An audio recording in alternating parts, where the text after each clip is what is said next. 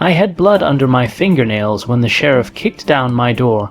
I didn't even know whose blood it was. All I remember is waking up in the dirt behind Miller's barn, my head spinning, my clothes soaked in something warm.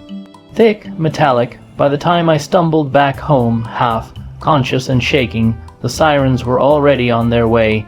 They didn't ask questions. They didn't wait for explanations. They just grabbed me like they'd been waiting their whole damn lives to drag my name through the mud. In a town, this small truth doesn't matter. Only rumors do. And by sunrise, I wasn't Emma Clark Farmer's daughter. I was Emma Clark Murderer. There's something about small towns they never show you in postcards. To outsiders, Willow Creek is all barns, apple pies, and wooden porches lit by warm yellow lights. But to those of us who were born here, who've lived every season under its watchful eyes, this town isn't charming. It's a throat that never stops tightening. By the time I was 10, I knew 3 things about Willow Creek. 1. Secrets don't stay buried. 2. People do. 3. And no matter how far you run, someone will swear they saw where your footprints led.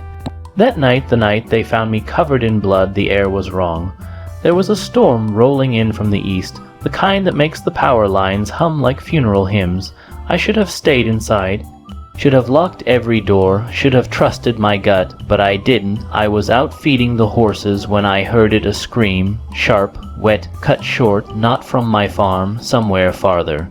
Maybe near the old Miller barn, the one everyone swore was haunted long before it became a teenage beer. Stop. I froze with a bucket in my hand, and my breath stuck in my throat. Most people hear a scream and think someone needs help. Willow Creek folks, we think don't get involved, but I'm not most folks, not anymore. I grabbed Pa's flashlight and started running, boots slipping in mud, wind howling like it knew my name. The flashlight flickered as if warning me to turn back. I didn't. I remember reaching the barn. I remember smell before sight, copper, thick, like pennies and rust, and something alive gone wrong, then nothing, black. When I woke up, my hands were stained red. My jacket soaked, my head pounding, and someone was lying just a few feet from me. A man, face down, not moving. I crawled toward him shaking, but before I could even touch him, sirens split the night like wolves. How? Who called them? Who knew? I stumbled back, dizzy, trying to stand, but headlights exploded through the barn slats, and suddenly they were everywhere. Sheriff Dale Harper and his deputies' guns raised like I was an animal they'd been hunting. "Don't move, Emma," he barked. Emma, not ma'am, not Miss Clark. Emma, like I was already guilty. I don't know what happened. I tried to say, but it didn't matter, because when they shone the light on my hands, they didn't see confusion, they saw evidence, and when they saw the body, they didn't see a tragedy, they saw a culprit, me, handcuffs, cold, tight, too tight. Sheriff, I didn't save it. They pushed my face against the cruiser hood. Metal against cheek. Rain starting to fall like the sky was spitting on me, and that's when I realized they weren't here to solve a murder. They were here to finish one, not the man in the barn, me. They threw me into the holding cell like I was something contagious, not a person, just a problem. The room was small, damp, and smelled like bleach and sweat. One metal bench, one flickering light. One drain in the middle of the concrete floor that I tried not to think about. I'd seen this cell before. Not from inside, from the other side of those bars, bringing Pa lunch when he came to pay speeding tickets or settle farm disputes. Sheriff Harper always smiled then, called me kiddo, gave me peppermints from the jar on his desk. Tonight, he wouldn't even look at me. "Sheriff," I shouted as he walked away. I didn't kill him. He didn't stop. Didn't turn, didn't even slow down. People say silence is peaceful. Those people have never begged for someone to hear them. This kind of silence is violence. Minutes passed, or hours. I couldn't tell. Time in a cell isn't measured by clocks, it's measured by hope fading one breath at a time. Then footsteps, not heavy like the deputies, softer, hesitant. My heart jumped. Mama, Pa, no, it was Jenny Lawson. Willow Creek's only journalist, if you could call running a gossip blog journalism. She stood outside my cell, phone in hand, eyes shining like she'd just found gold buried in her backyard.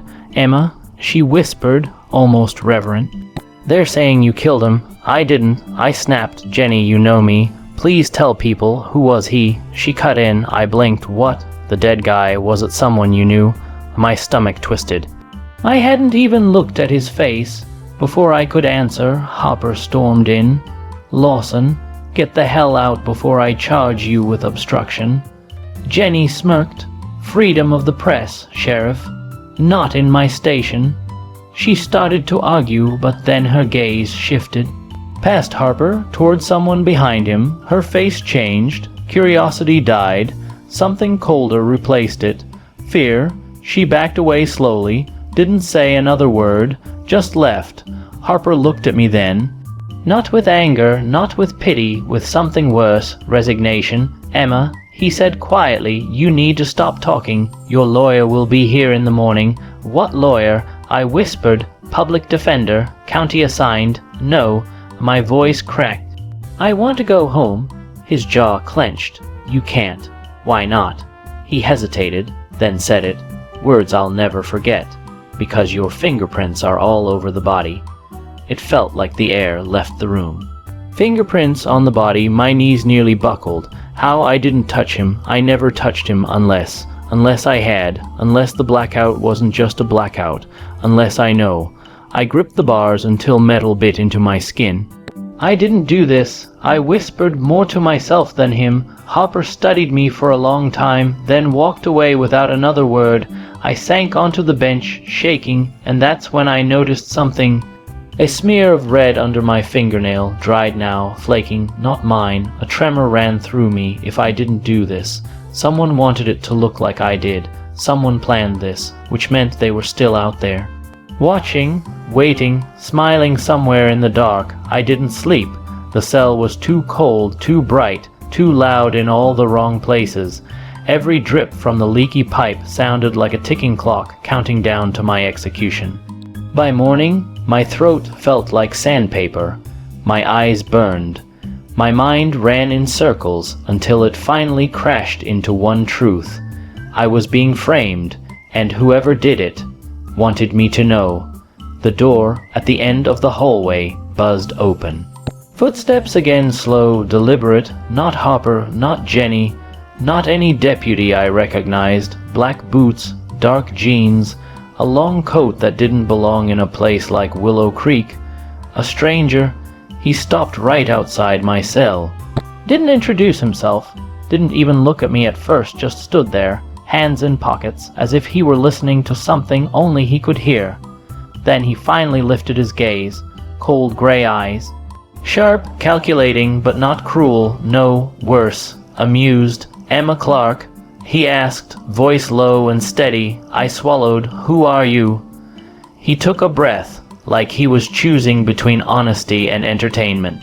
"Let's just say, I know you didn't kill that man." Every muscle in my body went rigid. "Then tell them." I snapped. He tilted his head. They wouldn't believe me. Why not? Because I can't prove it.